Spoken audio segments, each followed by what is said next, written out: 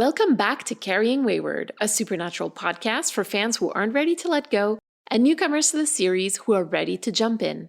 I'm Marie Vigourou. And I'm Drew Schulman. In this episode, we're diving into Supernatural Season 3, Episode 9, Malleus Maleficarum. Let's get this show on the road.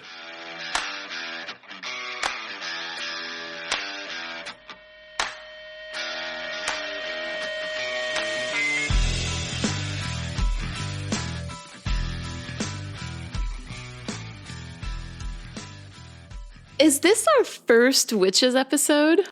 Yeah, I was going to say, we've had spell casting before, but it's always been, the one time Sam kind of did a seance-ish, but otherwise it's been demons doing magic, I'm thinking of Season 1. But no, yeah, this is our first Witches.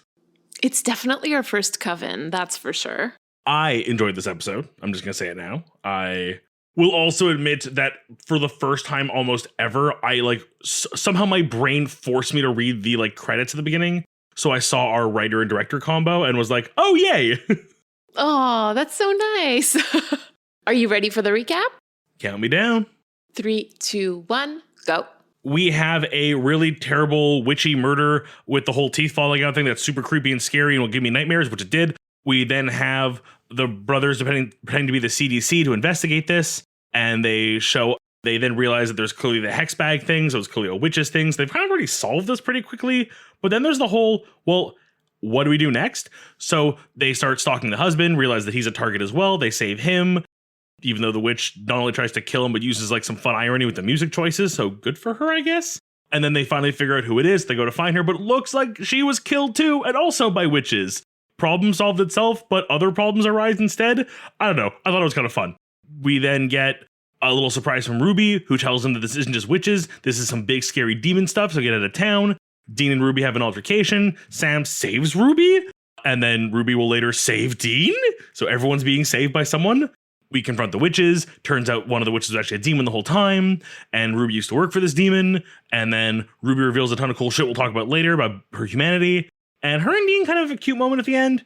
And the witches, unfortunately, don't make it. The demon kind of makes sure of that time. Wow. Yeah. Again, a lot happened this episode, but it felt like so much of it was set dressing to get to the core of it. But that set dressing was so good. I really, really enjoyed that we are, like I said, that we are finally getting to witches. I feel like this is overdue. We're past mid-season 3 now.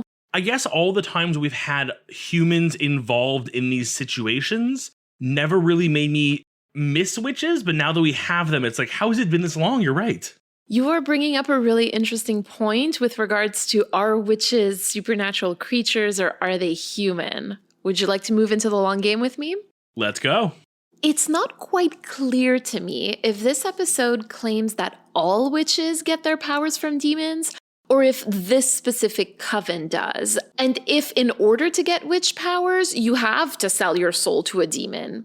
The metaphysics of where witchcraft powers come from on this show are very unclear, and this is something going forward that I think we should keep track of. And here's why.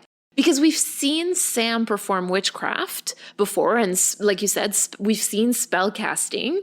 And those spells have worked without him needing to call on the powers of other beings or to sell his soul. I wonder about why these specific witches had to sell their souls to a demon. I won't spoil it, but when we get to the lore segment, we do cover this a little bit. I also kind of wonder because on one side, you can kind of argue that Sam is an exception to the rule given his demon-y ties. The dude has demon blood in him. I'm assuming that comes with some benefits when it comes to casting spells. We've also met characters who have dabbled in hoodoo and voodoo who don't necessarily seem to follow those same rules. So it's do different cultures and different ways of casting magic, different rules. So could it be that there are some types of witches who do use, demon packs and others who don't? This is getting very D&D with the whole sorcerer versus wizard versus mage. They all draw their power from different sources and cast spells differently. So though they are all magic wielders, the rules apply differently. So it could be in this case that a certain sect of witches does use ties to demons. I can totally see that. And even a lot of the spells that Sam has cast, John has cast spells too. John doesn't have demon blood as far as we know. The ingredients for that spell were procured by Bobby. I think we've also seen Bobby spellcast before when it came to exorcising the demon. He's clearly using some kind of witchcraft. And if we haven't seen it yet, we will see it too. So that's why I was kind of asking about the metaphysics of that, but I'm satisfied with what you've brought here. I think this is totally following Dungeons and Dragons rules. I'm sorry. I'm convinced now. We'll be tracking this with the future magic use. The scene where Dean is dying is foreshadowing 2 separate episodes in this season. No, please don't tell me these things. Aw, sorry. We will actually see Dean die a lot this season. This season? Yes. There's like 6 episodes left this season. 7. Sorry, this is episode 9, and this is a 16 episode season. How many times can he die in the next 7 episodes? Don't answer that. A few hundred. You'll see.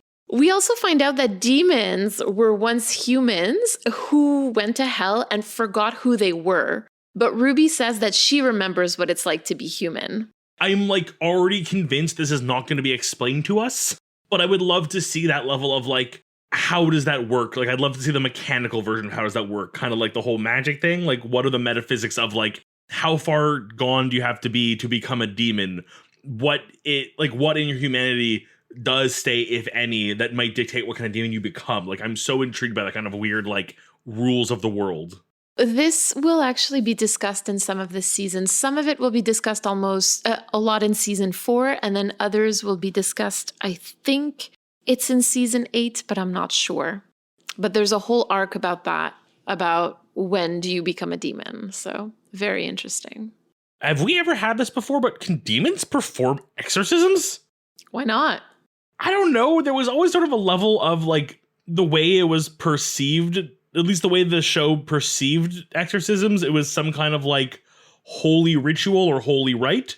If humans can call on the power of the devil, why can't, or demons, why can't demons call on the power of the Catholic Church? I'm not going to go into this, but that raises so many moral questions. And an exorcism is basically witchcraft that is condoned by the church. It still raises so many questions for this demon. Anyways, I'm content with my answer. I just needed it to be said that I was shocked by that, and I thought it was an interesting development in the world. I love it. Let's move on to story time. Let's go. I don't know if you noticed, but I thought that the first half of the episode was very plot driven, and you kind of hinted at that when we were discussing the episode in general. And we don't get all that much information about the brothers in that first half. But the second that they meet Ruby on that road, bam.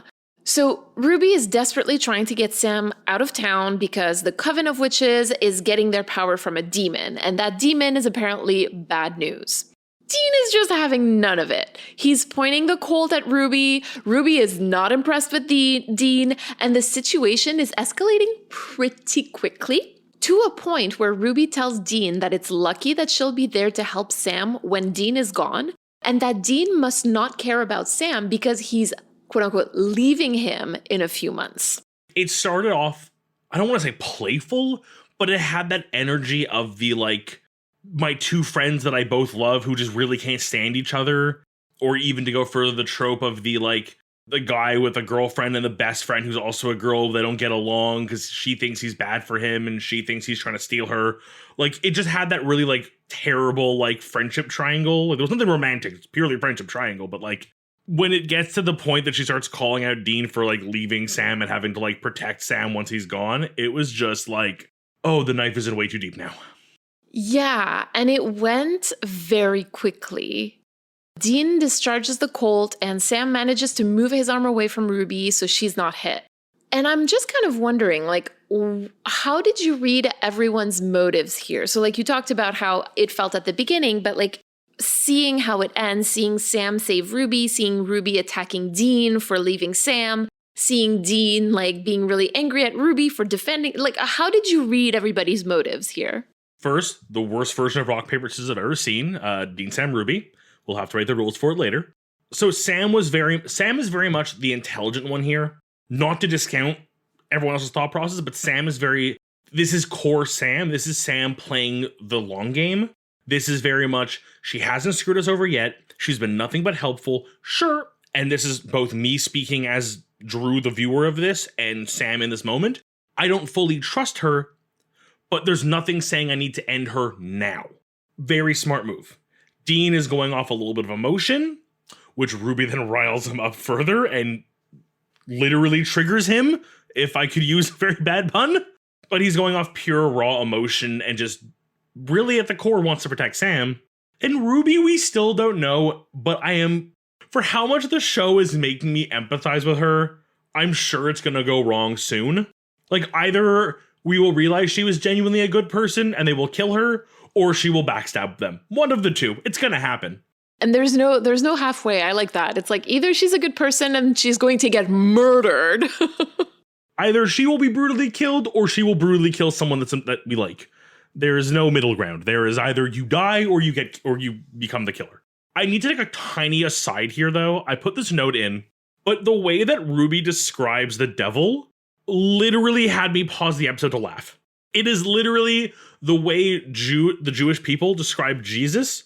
We believe he exists and did wonderful things, but he's not my leader or savior. So Ruby literally says, I believe in the devil. Like, he probably exists or existed, but he's not my messiah. Do you see Ruby as Jewish coded? I mean, this is the only moment I've really had, and I feel like most of our Ruby before this, we haven't really gotten much character development in her, other than, like, she clearly has, like, this tendency to help. I'll have to keep an eye out for it, I guess, and see what that really means for the character, but I'll keep a note, I'll keep a tab. In the next scene, we get sort of a furthering of these motivations, right? Where, kind of like what you said, Sam thinks that Ruby can be useful, and Dean really thinks that she's just stringing Sam along. For me, the most chilling part of that conversation is when Sam tells Dean that if he wants to survive this war, he's going to have to become more like Dean. I just find that this continues to kind of validate our reading of trauma being passed down from John to Dean to Sam. It's almost like Sam sees the trauma as a positive thing, as something to earn. Dean earned it from John, now he has to earn it from Dean. The right to be this way, not seeing what it really is as literal trauma being handed down from normally you would say from parent to child, but in this case, I think it kind of applies with Dean and Sam, given their relationship. I mean, you say that like it's unusual, but a lot of people see trauma as a positive thing. And let me explain what I mean by that. A lot of people will be like, oh, well, everything that you've lived through has made you more strong, has made you more resilient. Look at how strong you are today because of everything you've gone through. So it's not unusual for people to say that. People need therapy. A lot of people need a lot of therapy. Yeah, I agree.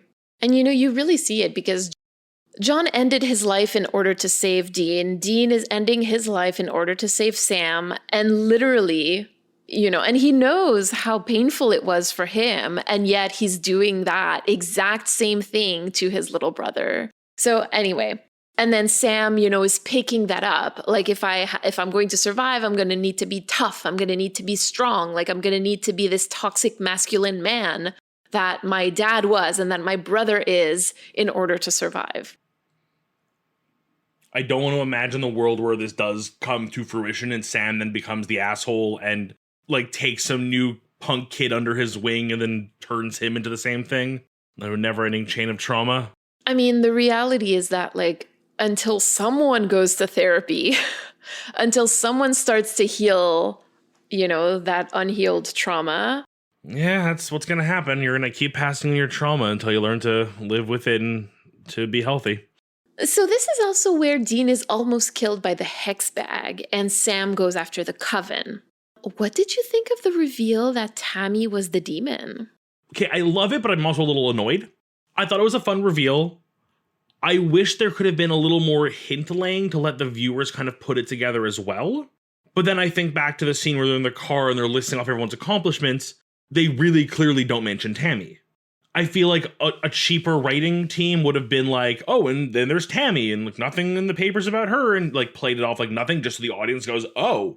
But by just not mentioning her, it makes you realize that it's been planted the whole time and we just didn't catch it, which I'm really impressed by. it's going to sound like super obnoxious of myself, but like I am rarely caught off guard by TV and movies. When a show or a movie can pull one over on me like this, I am very impressed and very happy. Like, it gives me joy to be wrong in those things.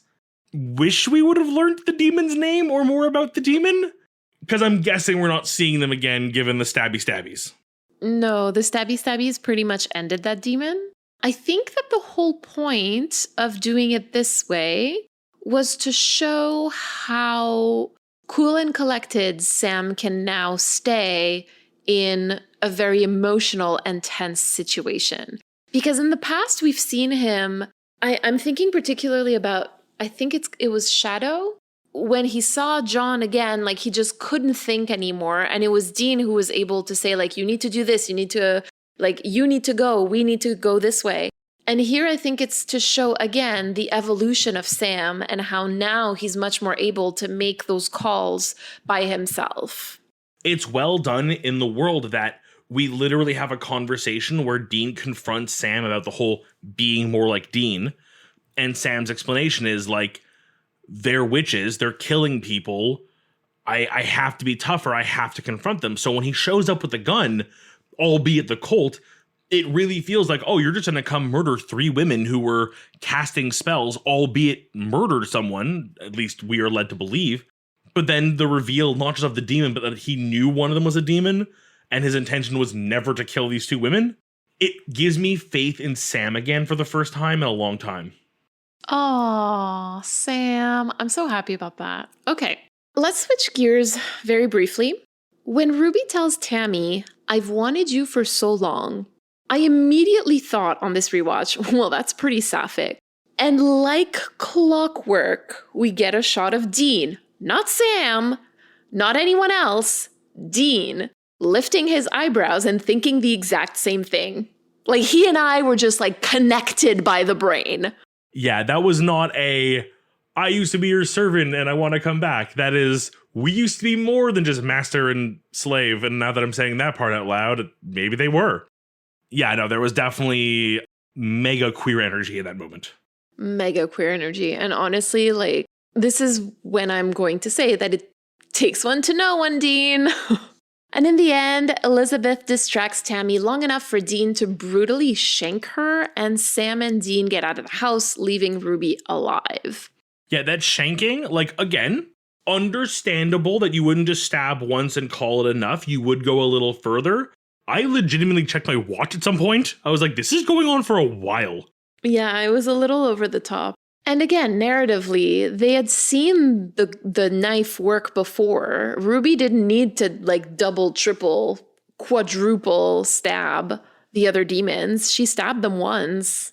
And then after they get back to the motel, and Ruby finds Dean to tell him a couple of things. First, that he's going to become a demon when he goes to hell. And second, that she can't actually save him from his deal.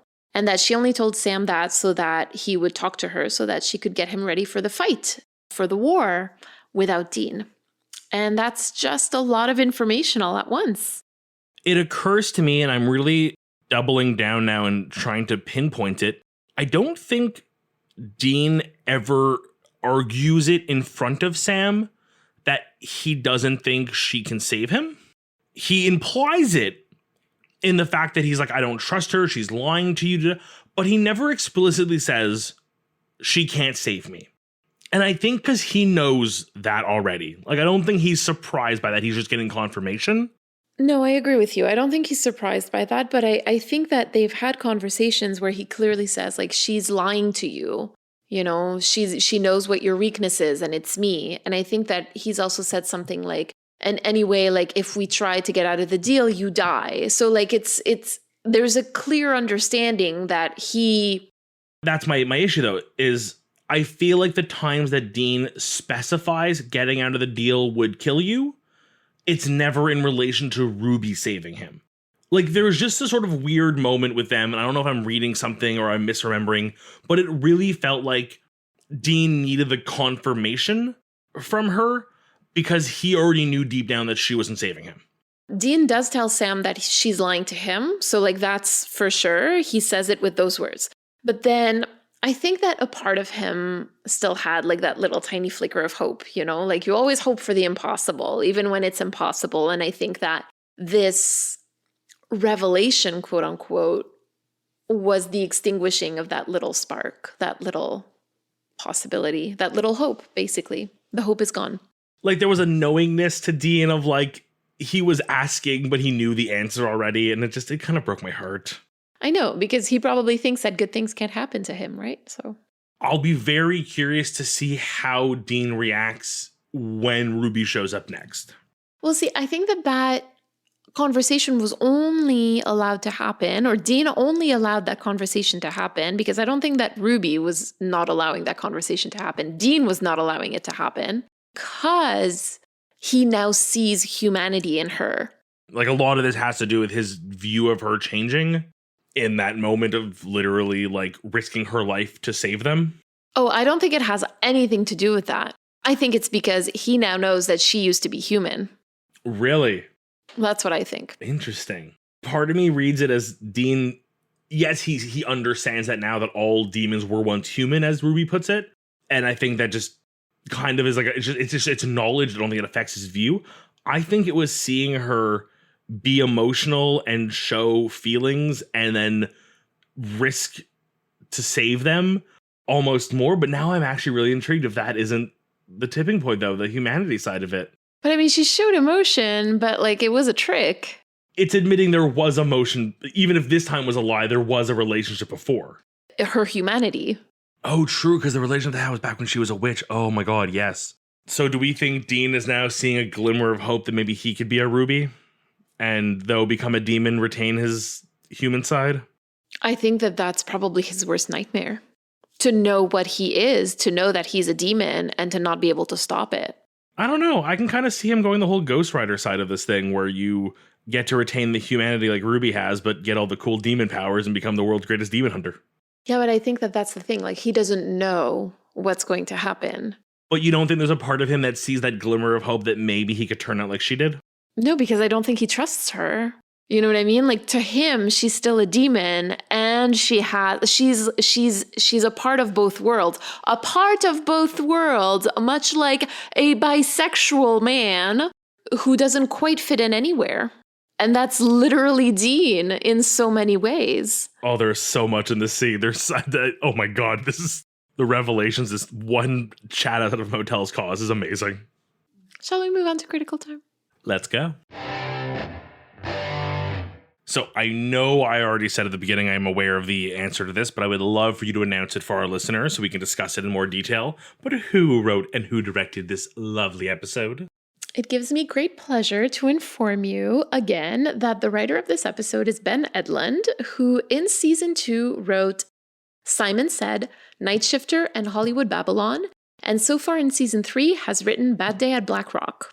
As for the director, it's Robert Singer, who directed Phantom Traveler and Salvation in season 1, Bloodlust, Croatoan, All Hell Breaks Loose Part 2 in season 2, and Bad Day at Black Rock in season 3. I enjoy both of these creators' works on the show. They tend to always be episodes I enjoy. Looking at the list you've given us here, definitely it is episodes I recall very clearly enjoying. I forgot they did Bad Day at Black Rock together. That was a good one. That was a classic. I agree. I like Bad Day at Black Rock. It makes me happy. I lost my shoe. The shoe line. It's just Sam! And again, we have another very fun reference to a band in their fake names. While they are posing as government agents, they use the names Bachman and Turner, referencing the classic rock band Bachman Turner Overdrive, who I'm a big fan of, so that was very nice. What do you have for us in terms of lore this episode? Even before having watched the episode, you would message me saying, I think this should be our lore segment for this episode. Then I saw the title and went, yes, that makes a lot of sense. And I figured we would dive into what exactly is the Malleus Maleficarum. Well, first of all, I'll translate the title for those of you who do not speak Latin like myself. I literally just had to Google this. I couldn't find it. Interestingly, it has two common translations. Hammer of the Witches or Hammer of the Wicked. Most people believe the Hammer of the Witches is kind of not a translation, but just sort of like a renaming of it to better fit the narrative around this book. Officially, like, the most accurate is Hammer of the Wicked. I don't know if it'll surprise anyone to know, but this is actually a real book that exists and was written by a Catholic clergyman. He received the assistance of many other theologians and other respected thinkers, and essentially it's a plea to the church to just recognize witchcraft. It is literally a very long essay where he says, witchcraft is real, this is what it is, and we need to stop it. Officially, besides the ridiculous amount of preamble where he just gets a bunch of other well-respected people to sign off on his work saying yeah, I believe him too, I guess. Just as a little aside, that is a totally normal thing within the writing of that time, because there weren't such things as citing scientific articles or citing sources. And so in the beginning, what you would do is either praise the person who paid you to write this work, or to have other people praise you to show that you are an expert in this field. But I'm still very cynical about this person, so. You can be as cynical as you'd like. This man claimed to be an expert on witchcraft. Oh yeah, and I think our listeners will too when they hear the 3 major segments the book contained. So the first is an examination of whether witchcraft is real or fantasy. I like this. He's at least posing the question, is this just fantastical hearsay or is witchcraft real? The conclusion is witchcraft is real because it gets its power from the devil, and the devil is real. So second, we get examples of cases of witchcraft. This is where he is citing examples of different spells that have taken place or curses or instances, but very heavily also focuses on the process of witches to recruit new witches. The 2 major methods being using magic to disturb one's life, thus forcing women to come to them for guidance and eventually be inducted into their own coven, or the demons and devils themselves wooing young maidens and luring them into a life of debauchery and darkness. Lastly is the bit you, as a listener, will probably be the most familiar with, unfortunately, and that is an entire section of the book dedicated on how to deal with witches, more literally a step-by-step guide to performing witch trials, and by witch trials I mean torture and deception, and then the execution of those allegedly guilty parties. Fun fact while reading this and looking into this, if you were put on trial for being a witch and did not cry, you were automatically declared a witch. All of this to say, it's really weird to imagine a cult of witches using this book, literally a book describing what witches are, how bad they are, and how to kill them, as a way to commune with a demon of some sort. And I mean, it's a very cursory search. There aren't a huge list of covens just giving out their what they do's and their guidelines, but I can't really find any examples of practices using this book as any kind of token in their traditions. But were the witches using the Malleus Maleficarum?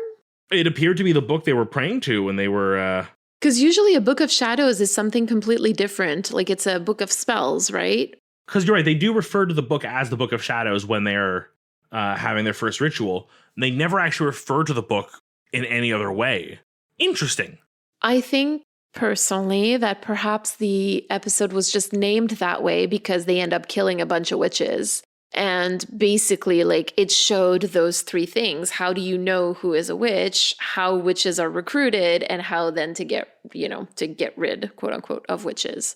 Kind of assumed it was their book they were using, their Book of Shadows, but you're right, it would make no sense. It really is a reference to dealing with the witches less than the witches themselves. Right, because a Book of Shadows would be like a book of spells. Something that's interesting, I think, historically about the era in which the Malleus Maleficarum was written is that there was no such thing as feminism. Feminist thought was not a thing. It's only a little bit later in the 17th century that we're going to start seeing people, mostly women, start talking about what we call today pro-woman discourse, which is basically pre-feminism.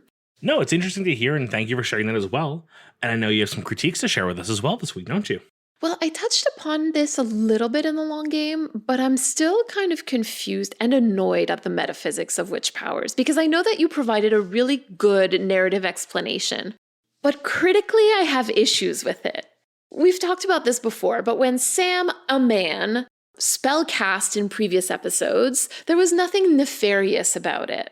The spells were self-contained in the sense that, you bring specific things to sacrifice at an altar, you do the ritual, and you get results. Simple, right? In this episode, when women are depicted as using witchcraft, they're selling their souls to a demon in addition to having to do the rituals. And that just doesn't sit really well with me because this inconsistency in world building happens to coincide with a gender difference. And it leads to seeing Sam doing witchcraft as morally neutral, but this coven of female witches we're seeing as evil. Would you have a personal reflection and call to action to share with us this week? I feel like this episode has continued a trend we have seen throughout the series up to this point pretty regularly, and that is revenge. And as we've discussed, and this episode does also kind of show a very immediate version of, revenge is messy. And I feel like revenge really just comes down to being preoccupied with the people around you and the world outside of you, especially when it comes to validation and response. And I think and this is where my reflection comes in, my personal reflection and call to action is to look inward. I feel like we spend so much time, and I mean, there's so many reasons why this is the case, and it's not just a case of revenge, but we spend so much time looking for validation outside of ourselves from other people around us. And I think it's important to just look inward sometimes for validation and see that you're doing what you like to be doing. I'll be very honest, I am so proud of where we've come with this podcast, and the connection we've had with people externally is amazing. I also love doing it for myself. I love what I get out of it. I love the work I get to create. I love being able to be involved in such a beautiful project. I love what I'm doing. And it's not to say that the other parts aren't valuable. I don't, look at our listener base and our friends and our connections with people and they're not worth as much, but it's important that as much as I can recognize those, I recognize that I'm enjoying what I'm doing myself for me. So just a reminder to look inward and make sure you're happy. Aw, thank you, Drew. Thanks for the reminder. And yourself? What would you got for this week? Well, this episode got me thinking about everyone's motives for doing things that they did in this episode. So some were selfish, like Renee using witchcraft to get a better mortgage rate, right? Selfish, not terrible, but pretty selfish. But others were selfless, like, for example, Elizabeth slowing down Tammy, even though it was unlikely that she would survive. Some motives came to light, and others stayed hidden for now. And so my call to action this week is to pay attention to people's motivations for doing things, but particularly to be honest with myself about my own motivations. So look inward, basically. Yeah, look at us. We kind of came to similar conclusions of the different routes. I like that. Who'da thunk? Shall we see what our community has to share with us this week? Certainly. This week we have a voicemail from Kara. Hey Karen Word, my name is Tamara and I wanted to talk again about the way Dean is always so self-sacrificient and why. Now, Dean was always put in a second place because there was always someone, Sam, who needed more help and protection because he was younger.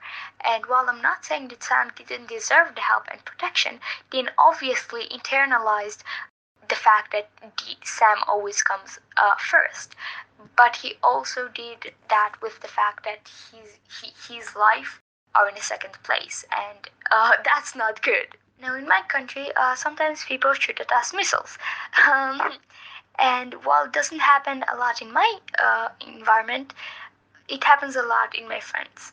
And when you're in a car and there's an alarm that tells you that you should get out of the car, you have 10 seconds, and you need to get your children out of the car. And you have 10 seconds, so you can't get both of them. So you always help the younger. And my friends who live in those places where it happens a lot, and our older siblings ended up internalizing the fact that their life are in a second place and that they don't deserve the help their younger siblings does. And obviously that's not true. But it's something that happens when your parent just goes and helps your younger sibling and you need to take care of yourself. You start internalizing, well, maybe I don't matter so much. So Dean obviously thinks about himself as less and views his life as less valuable than other people's lives. And although we know that's wrong, we can't blame him because he was always put second, and that gives you a lot of emotional damage. But I do want to go back to Dean's queerness because it does play a role in that I deserve less than other people.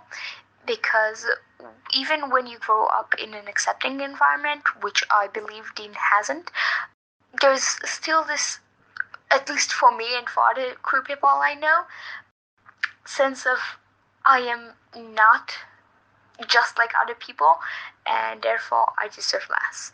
And obviously it's not a universal thing, but I know a lot of people that experienced that, and that obviously plays a role in, well, I deserve less because I am less, and I'll come in second place because I deserve to be in second place. I don't deserve good things.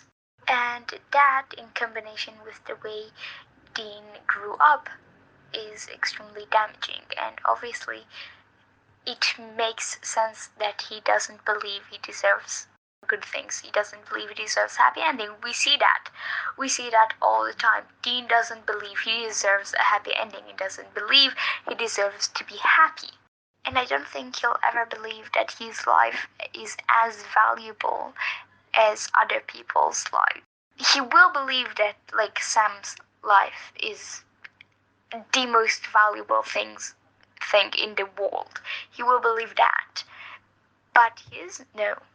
And the way Dean will put his life in harm's way or even sacrifice them for people he barely knows or doesn't know at all is deeply connected to that. Now, on another personal note, I have been responsible for a lot of LGBTQ plus youth since I was 13. I am 14 years old now, and a lot of people in groups of queer youth that I am in have no one that will accept them. No parental figure, big sibling, nothing. So I am their big sibling.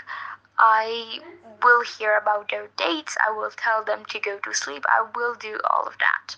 And they are in extreme situations. There are people who experience violence. There are people who are in danger of being kicked out of their homes. There's a lot of things, and I am the one responsible for, keeping them safe and being there for them through everything. And that also played a role in me feeling like I deserve less. And because they are in more danger than I am, my problems don't matter. And I think this happens to Dean too, because Dean sees a lot of people in a lot of danger, and when you see that on a regular basis, you start thinking, okay, but my problems, they don't matter because my problems aren't as big as theirs. And to all the people listening, that's wrong. That's so wrong. Your problems matter even if they are small as you think they are, or big as they probably are. That doesn't matter. You deserve help. And I think that's something Dean doesn't get, and I don't get either.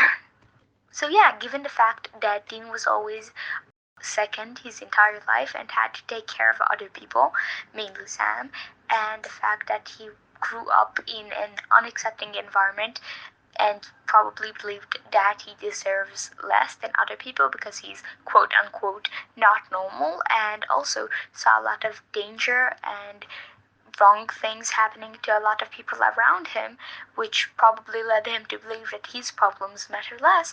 Yeah, I am so not surprised that he doesn't believe that his life is as valuable as others and is so quick to throw them away to save other people.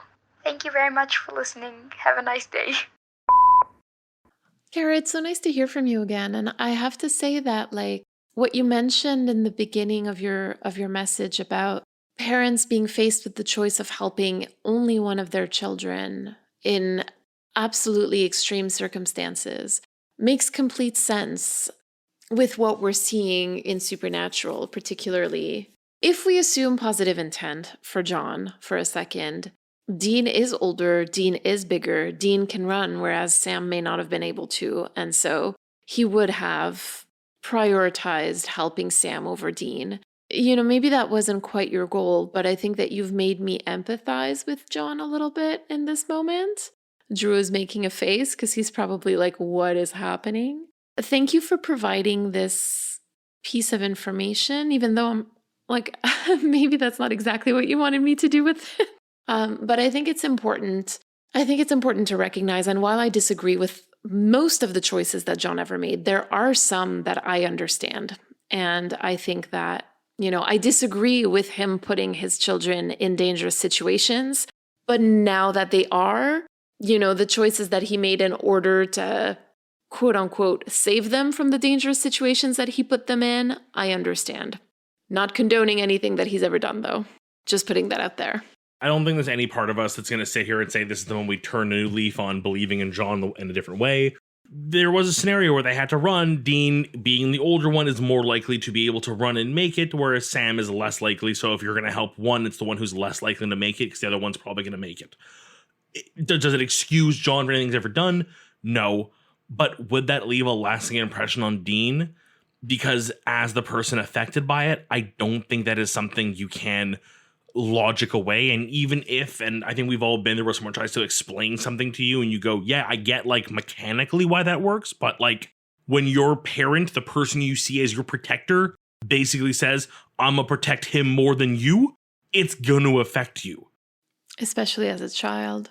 And then you add the fact that there's clearly parts of Dean that John doesn't approve of in his sexuality, that he now feels like Sam has to be protected more, and that he is less of a person already, on top of the fact that he's doing something that John doesn't agree with. It just compounds an already existing problem. It is very understandable where Dean is coming from in these scenarios, why he has been shaped to believe the way he does to protect Sam over himself, and why he, even outside of the world of being on a ticking time clock before his death, has always been a little more of the reckless, type. Overall, I mean, thank you for bringing the point you did. This was a beautiful voicemail again. Like, it warms my heart to hear so much from you, as much as some of the things you said definitely left me in a state of, like, white-knuckle terror for a split second. Thank you for reaching out and sharing with us, and to anyone who needs to hear it, you're not worth less than anyone else. You are worth so much to so many people and to yourself. Do we have any Crossroads deal this week? Oh, we have a Crossroads deal this week. Let's go. Would you like to get started? I feel like there's a lot of passion behind this. I'm going to say I think you awoke something in me last week on a recording. I've never awoken anything in anybody, Drew. I just feel like you pointed out the thing with the smashing the cell phones to not be tracked. I had another one of those moments in this episode when I believe it is the unnamed demon possessing Tammy throws Ruby into the TV and the TV like bursts into sparks and electrical fire. That doesn't happen. TVs aren't just loaded with like raw sparks ready to burst out as soon as they are like pushed over slightly. For a show that is so good at being gritty, and as much as I use the term realistic when talking about a show of such supernatural proportions, it does have a very strong tie to like a real balanced world. Like, things have rules. There is a system of like logic to everything. To then go like Power Rangers level of special effects on a TV being smashed, I was waiting for the cartoon explosion they walk away from at some point. Like, it actively took me out of the scene, what was otherwise a really good fight scene between two very strong independent women. You know what's really funny is that I didn't even notice that. I'm glad you didn't. Yes, there you go. I love how we each have our little specific things that feel ridiculous to us in this show. Did Dean really need to be showed shanking a woman like that? We didn't need to. Like we discussed in the episode, it was way too graphic. Every time that we've seen the knife working, people only had to be stabbed, or demons only had to be stabbed once, and it worked. So I'm really wondering why it had to be so brutal, and I really wish that it hadn't been. It didn't need to be as graphic as it was. Like, it was a tight shot on the stab wound with the knife going in and out repeatedly for way too long. We've discussed in the past seeing, like, when somebody shoots a character, they often take an extra shot just to make sure. Even in horror movies, I've, like, criticized characters for not having done that. you want to be 100% sure the thing you're killing is dead when it needs to be. I could see Dean in a fit of like frustration, maybe stabbing 2 or 3 times. This was hateful, and this was misogynistic, frankly. We've talked before about how blades are often phallic. Like, this is just not a good scene for me.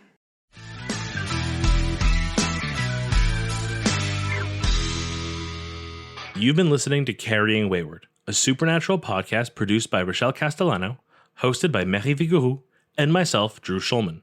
Thank you to our bunker patrons, Katira and Michelle, for their generous support. This week, we'd like to thank Kara for her message. Help us keep the conversation going. You can send us a voice recording at carryingwayward@gmail.com. You can follow us on Twitter, Instagram, TikTok, and YouTube using @carryingwayward, and leave us a rating and a review on Apple Podcasts. Don't forget to join our Patreon for perks and extra content. Our next live event will be a live recording of our Season 3 recap. You can use the link in any of our social media bios or go directly to patreon.com/carryingwayward. Carry on, our wayward friends. Mwah, mwah. Stop listening, stop listening, stop listening. Okay. And this is why I should be checking them before. So we can't listen to this one yet. Understood. How much did you hear?